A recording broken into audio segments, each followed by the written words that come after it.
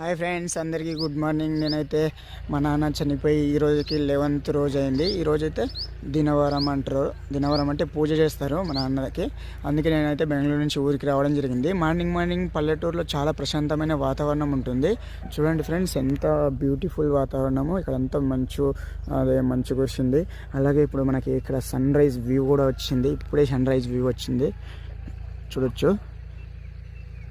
ఇంకా ఇక్కడైతే మాకు చాలా మెమొరీ ఉంది ఫ్రెండ్స్. ఎందుకంటే చిన్నప్పుడు వేటకు వెళ్ళే వాళ్ళు మా నాన్న వాళ్ళ జతలో నేను కూడా వెళ్ళేవాడిని.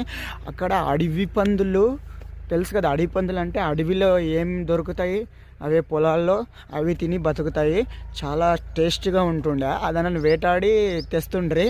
తెచ్చిన తర్వాత అందరూ ఊరు మంది జనాలు తినేవాళ్ళు అందరూ వేటకు వెళ్ళిన వాళ్ళు కలిసి ఇక్కడ దాన్ని నరికి కడిగి కుప్పలేసేవాళ్ళు ఇక్కడే.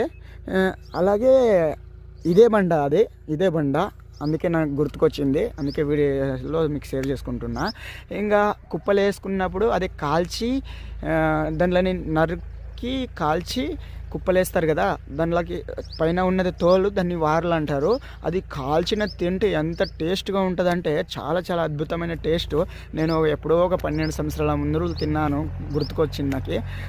ఇప్పుడైతే లేదు. నేను ఎక్కువ బెంగళూరులో ఉండడం వల్ల నాకు అడవి పందిని కోసినప్పుడు నేను ఉండను.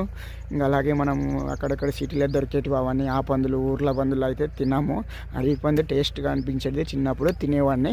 ఇప్పుడైతే నాకు గుర్తుకొచ్చింది, మీ దగ్గర షేర్ చేసుకోవాలనిపించింది ఫ్రెండ్స్. చాలా మెమోరీస్ ఉన్నాయి పల్లెటూరులో మా నాన్న జతలు తిరిగినవి.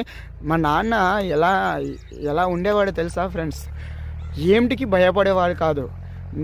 నన్ను ఇక్కడొక కాలి భుజం పైన, అదే ఏమంటారు మెడల పైన ఇక్కడ కూర్చోపెట్టుకొని మా ఇద్దరు అక్కోళ్ళని తీసుకొని, అలాగే వాళ్ళని అట్లే ఈ చేతితోటి సపోర్ట్ పట్టుకొని నన్ను మెడ పైన కూర్చోబెట్టుకొని, వరద అంటే ఇక్కడ నుంచి వాగు, అక్కడి నుంచి కృష్ణానది రెండు జైన్ అవుతాయి. ఇక్కడ నుంచి వరదలు ఎట్లా అంటే ఎవరైనా మనిషి పడితే ఈదలేడు, అంత దొబ్బుకొని పోతుంది. అంత వరదలో మా నాయన భయపడేవాడు కాదు.